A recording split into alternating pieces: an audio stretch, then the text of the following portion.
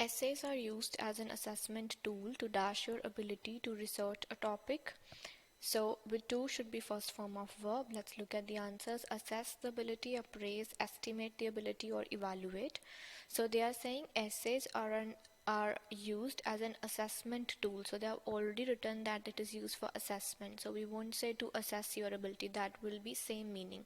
And moreover, assess is, if you use the verb assess the situation, that only means to know how risky it is, how beneficial it is, to just have an idea about how the situation is. That is called assess.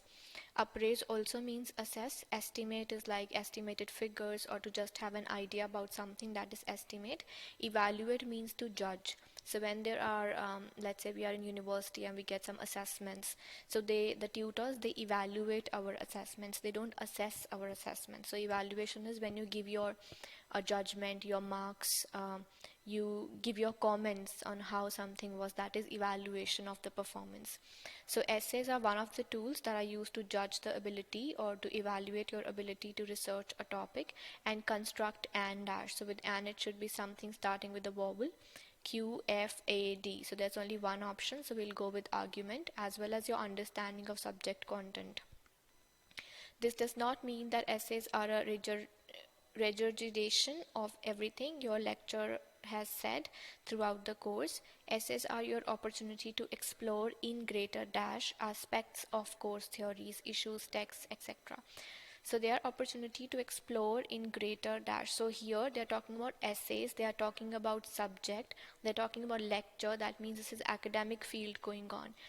So essays help us to explore in greater nadir, depths, zenith, pits. So greater depths because it means more in detail. We generally use greater depths in education field when you say that you should research in greater depths. Means you have to go more deep inside, or in have a deeper insight into the topic, that you should know more about the details. Zenith is highest point. Nadir is the unsuccessful or the lowest point, so they are used in that sense.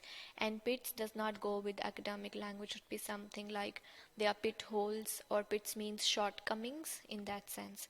So it will be in greater depths aspects of the course theories, issues, texts, etc., and in some cases relate these aspects to a context. The sentence is complete even without the blank, and context is a noun, so we have to find out what kind of context. Exacting is not a kind. Relaxed context. So relaxed is more used like I am tired, I am exhausted, or I am relaxed in that sense. Particular context makes sense. Meticulously context, no, because we don't need adverb here. We need adjective here, and everything that ends with ly is an adverb.